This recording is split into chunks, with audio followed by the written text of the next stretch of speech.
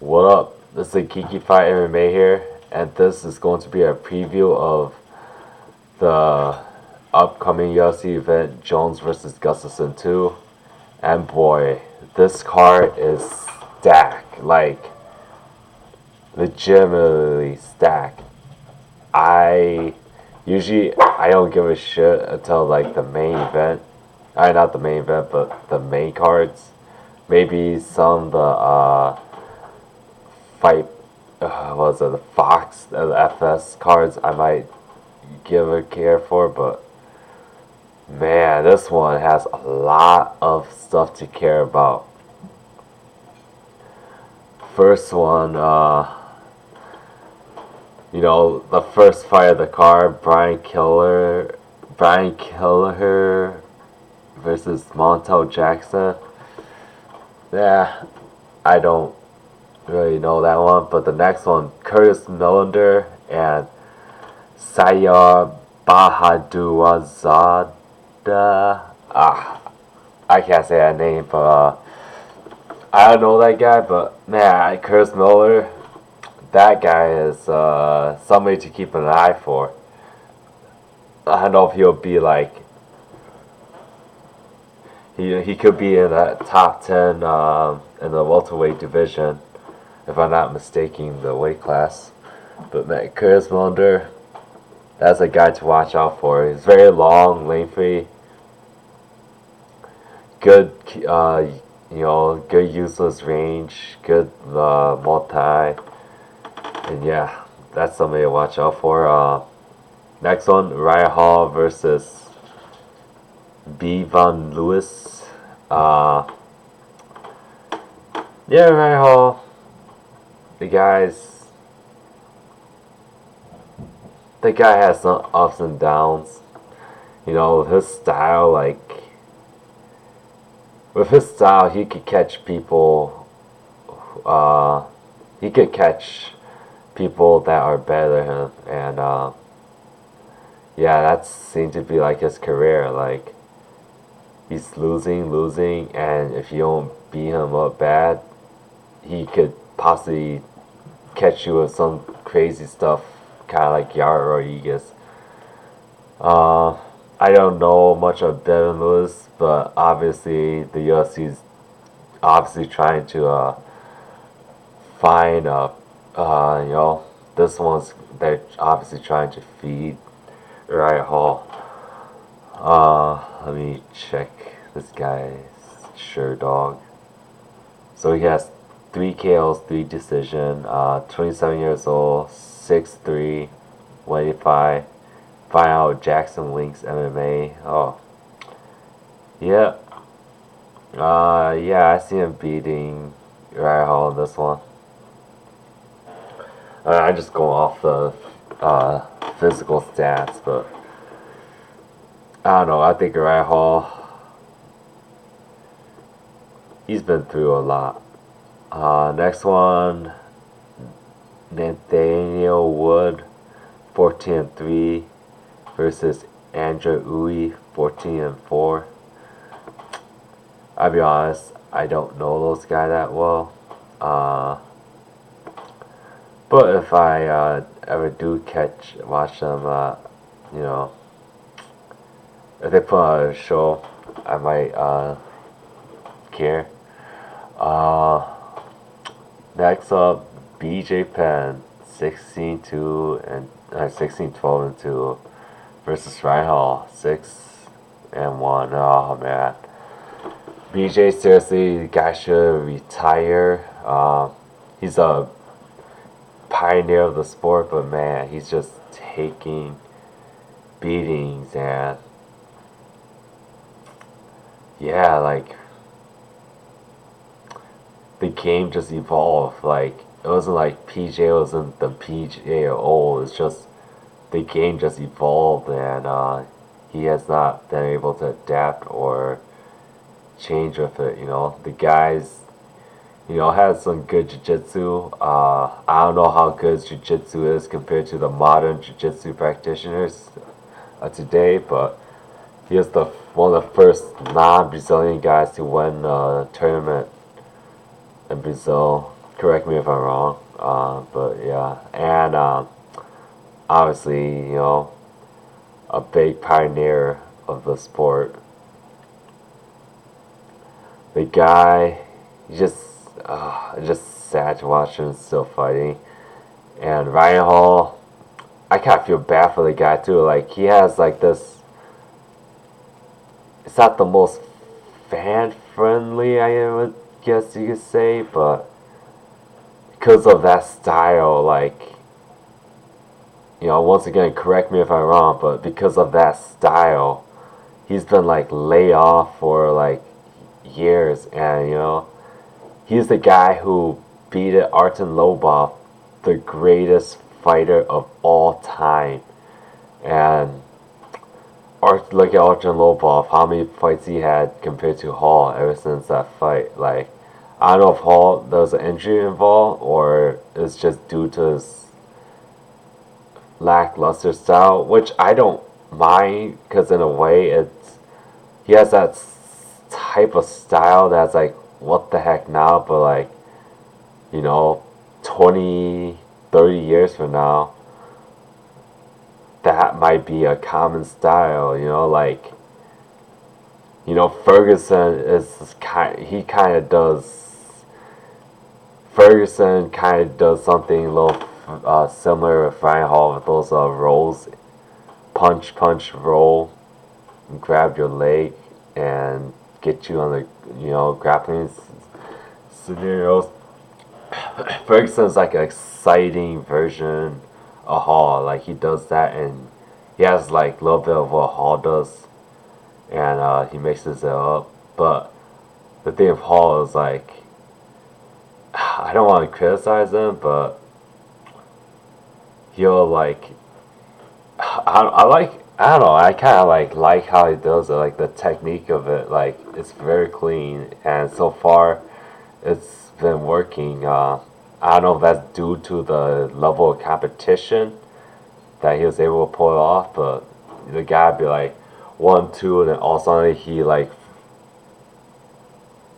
just rolls on the floor and grabs their legs and he forces you into a grappling scenario. Like, I don't know, the guy, the way he does it is not like the fan friendliest, but like if you see somebody who does that and then boom they catches you and they all of a sudden put you in danger and submits you, then that's I'm sure if he was doing that he won't get the criticism, but it's due to the fact that his submission. In fact, let me look up his wins. It's the fact that he kind of lacks finishing ability. So he only has 6 fights, 2 TKOs, 2 TKOs, 2 subs, 2 decisions. Like 6 wins. I don't know. It's just the decisions in the UFC remain lackluster, but you can't really say he's a boring fighter due to result because he only has 7 fights. But yeah, his 2 in the UFC weren't the fan friendliest. And enough of that. Let's move on to the next one. Douglas Silva de Andrade. I might have said the name wrong. Versus Peter Yan. Oh, this one's gonna be interesting. Peter Yan. What is it? Yeah, or Petra Yan. No Mercy. Correct me if I'm wrong, but is that the? I believe that's the guy who fought in twice in Asia in the UFC. I believe. Let's see. Yeah, that's the guy. He fought. Yeah, he's the guy. TKO Tishihiro Ishihara. The guy who, if he wasn't so busy doing it with girls, he might have more wins. But I don't know. dude seems to be bragging about doing chicks, and all the saying is, if you're a fighter, you shouldn't be, unless you got John Jones talent, you shouldn't be having that much sex. And I don't know if that's true, but he carries that sort of persona, so um, yeah, Pitian beat Tishihiro, what the hell, what was his name? And then he had like a very back and forth, I would say back and forth, but pretty barn was a barn burner fight with Jen Sui Song. I believe if that's how I spell the name. Basically, another version of Korean Zombie, typical Korean fighter. Very tough, very powerful, and loves to brawl, and just takes it to the chin and tries to put on a show. Typical Korean fighter. Yeah, so those are his UFC wins. He fights, I guess it says he's fighting out Tiger Muay Thai. That's interesting. Yeah, that was Peter Yan 10-1 versus Douglas Silva D. Andrade 25-2. Let's see his stats. 19 TKOs and KOs, 1 submissions, 5 decisions. This one's gonna be interesting.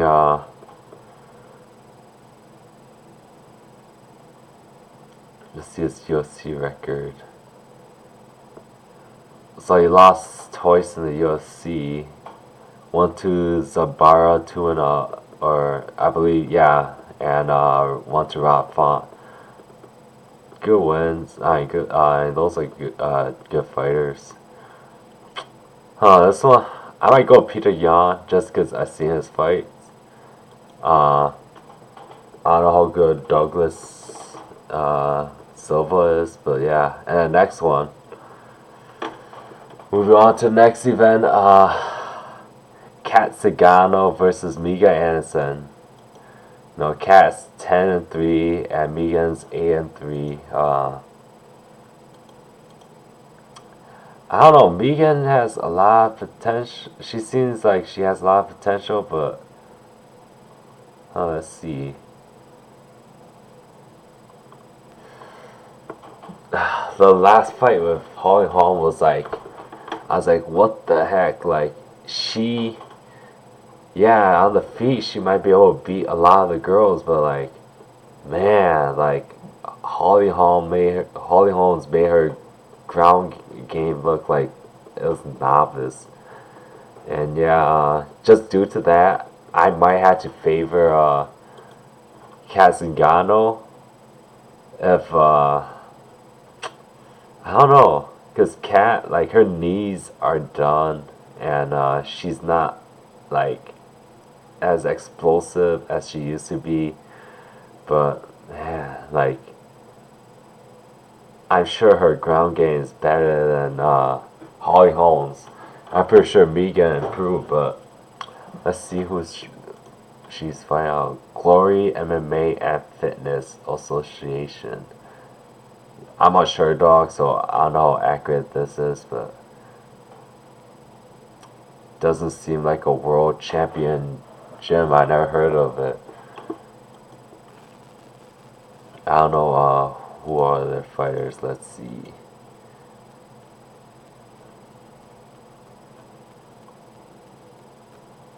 Yeah, I never. Only Megan Anderson's the only one I know, and Tim Elliott. Those are the only fighters that I know, and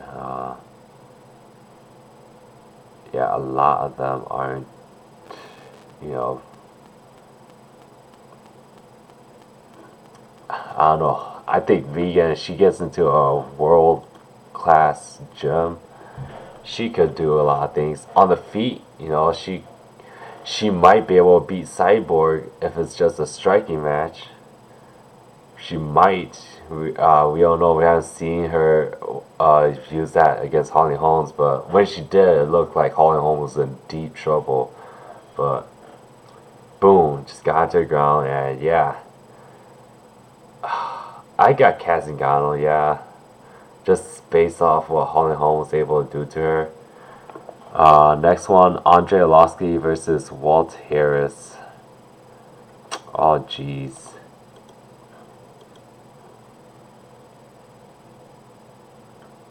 Walt Harris all wins by KO. Oh man, I don't know. I'm like,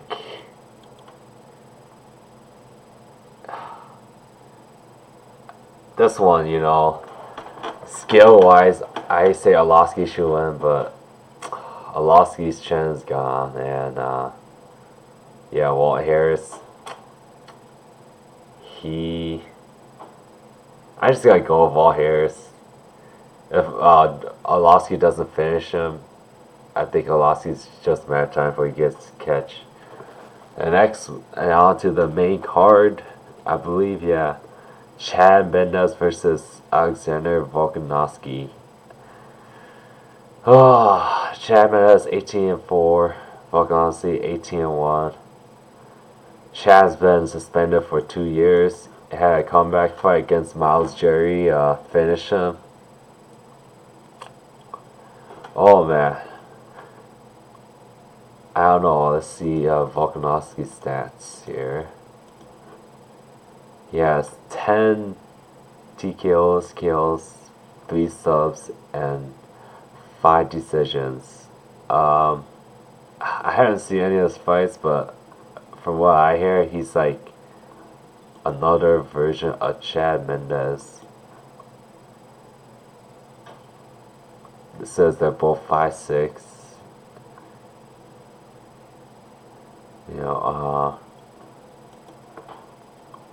I don't know. I might go with Chad, but iffy. I feel like Chad's chin is gone.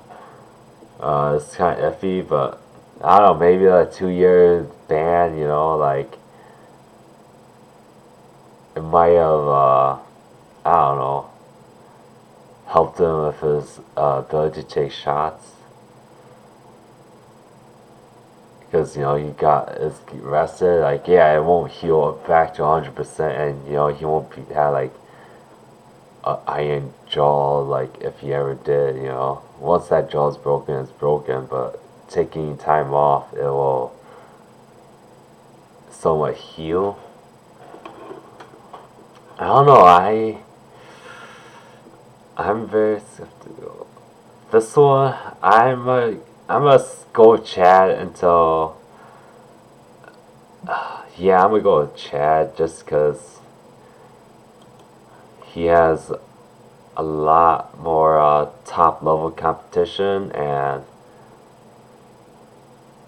yeah, I'm gonna go with Chad until Alexander proves himself. I might not, you know. I'm gonna pick any other top tens against him until he proves me wrong. But yeah, if he goes through Chad, I don't even know if I'll pick him against the other guys because I feel like Chad's chin is kind of gone. So yeah, I'm gonna go with this. Yeah, this is gonna be a good. It should be a good fight. Uh, yeah, I go with Money Mendez. And then next one, Corey Anderson versus Ira Latifi. Corey 11-4, Ira 14-5. Yeah, I don't know. This fight is near gonna be. I don't think that fight will be that entertaining. Lara Latifi, he near knocks you out, or he gets into a boring ass decision. The guy is so thick and like muscular. He doesn't have the cardio to throw a combination, so he throws one punch at a time. Like if he's striking, it'd be one strike at a time, and if he doesn't catch you, it can be a lackluster fight. Let's see his stats. He's TKOs, KOs, 5 subs, and 4 decisions. Yeah, I might go for Latifi. Corey's kind of, if Corey's gonna win, he's gonna have to make Latifi tired. But I don't think he's defensively good enough to avoid all of the shots, and it's just a matter of time before he gets caught. And Corey does kind of have a glass jaw, so I go with Latifi by second round, uh, second round KO, TKO. The next one, Carlos Condit versus Michael Chiesa. Oh boy, poor Carlos Condit. One of those guys who I feel like he should just retire. He has no business being in the fighting the top guys at welterweight.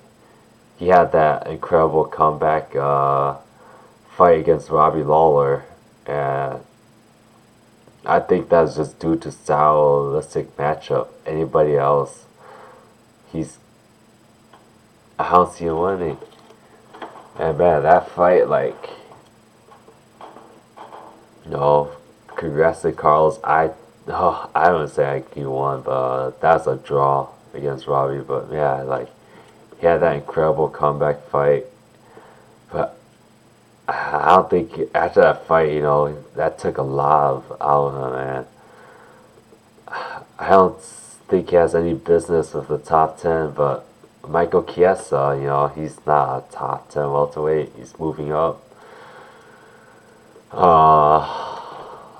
Man, I might go with Chiesa, The guy's a ground specialist, and Carlos, yeah, he may have a lot of submission wins, but at the top level, top modern level of the UFC, his grappling is not up to par, in my opinion. And I'm gonna go Michael Chiesa. I think Pettis only beat it. Pettis had that little comeback win only because Chiesa's weight cutting issue. And Pettis only was able to submit him because of that. But I think Chiesa will. I had Chiesa winning this one. I'd probably say just decision. I don't see him finishing Condit, but he's probably got. I have him by advanced decision. Let's see. And then next up, Chris Cyborg versus Amanda Nunes. Boy, oh boy. This is going to be an interesting fight. I'm actually going to go with,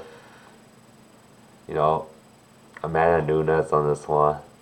Chris Cyborg, only lost her first pro fight and is arguably, I would say, I don't know if I want to call her the top female fighter because she's been popped before, but if Amanda Nunes not Amanda Nunes, if Ioana didn't lose to Rose, I would say it's Ioana, but because of that, I don't know. I'd say it's you can make the argument Chris is the best female fighter, but I'd say it's right. In my opinion, it's Valentina because I think Valentina beat Amanda, and the fact that she's so small and she's able to do all that to the girls at 135. I say it's Valentina, but yeah, that would be another video. Sorry to go off topic, but yeah, this one, Amanda Nunes. 16-4. She's her losses been to cardio issues in the past. Most of them, I believe. She was beating Kazagano, and then I believe she got tired, and yeah, Kat came back in the third round, and won that fight. She lost to Sarah D'Adelio, probably gassed out, and Alexis Davis. Oh, she got TKO'd by Alexis Davis. Oh, that's interesting. Didn't know that, but that's way back in the day. I'm still gonna pick the underdog, Amanda Nunes, because I don't know, Chris. She's kind of hittable, and Amanda is like, I don't think Amanda. Well, she comes with the right game plan. I think she'll beat Chris, but Amanda is faster, and she's legitimately accurate. So I believe she could hit Chris, and hurt her, like legitimately hurt her, and maybe even wobble her. And I don't know. I think Amanda's gonna win by she's gotta hurt her, and then she's gotta take it ground, and bam, she's gonna submit Chris, because if there's a way to beat Chris, it's clinching and ground, because man, Holly Holm, she executed a clinch very well, and like yeah, she lost a fight, but she kind of took control of the clinch and just clinched sideboard up and was able to do that. And if Holly Holm could control Chris like that on the cage, I think Amanda Nunes will be able to do more. And I think she could finish Chris on the ground. And not to mention that one girl took Chris down, and like what was it? Holly Holm's training partner, Yana Kuziskaya, whatever her name is, took Chris down, and I believe it's been a while, but since seeing that fight, but I believe she got Chris's back too, and that's what she was on, wobbly legs, and yeah, like maybe Chris got over confident and just got in that position, but I believe Amanda Nunes will be able to exploit Chris on the ground and submit her, and yeah, become a double champ, and yeah, reclaim that title as the best female fighter of all time. And on to the main event. Gotta make another video about Jones, but Jones 22-1, basically 23-0 versus Alexander 18-4. Well, I say 22-1 because, in my opinion, Alexander won the first fight.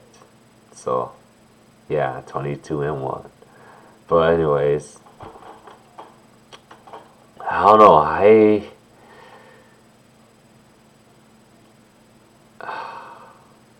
This one's gonna be tough because Alexander hasn't fought in forever.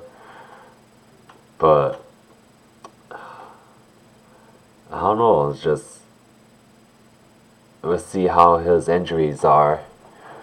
Like how his injuries affected his career so far. But yeah, this one, I don't think there's much changes in Alexander's game ever since the loss to Jones. He's very awkward still, like moves a lot. He's boxing based, and he's shown that he has become a little bit more of a wrestler too. like when he wants to.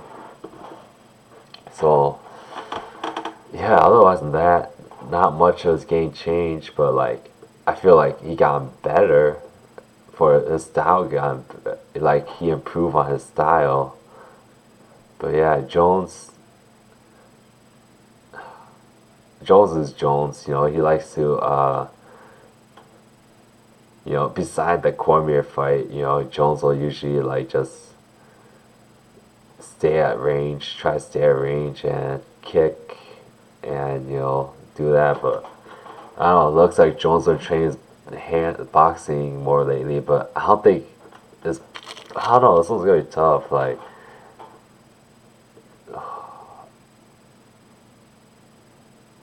I kind of want to go with Alexander for the style matchup because I think the height was one of the main reasons for Jones' success. And yeah, he knows how to use his reach, but like, same for Alexander. His reach is he knows how to use his reach offensively. I would say is Alexander's defensively the best with his reach, but yeah, interesting fight. Alexander is somewhat hittable, but Jones doesn't hit that hard. Unless those we'll see, man. Let's see if those medicines he's been taking will play a role in his punching power or his fighting power. But the thing is, this is MMA, and even if you don't have punching power, if you land a clean kick, you could hurt somebody even if you lack power. So and Jones, in the first fight, that's one of Jones' success was the kick. Before he rocked Alexander, his success was the kicks. So we'll see how this one plays. I don't know.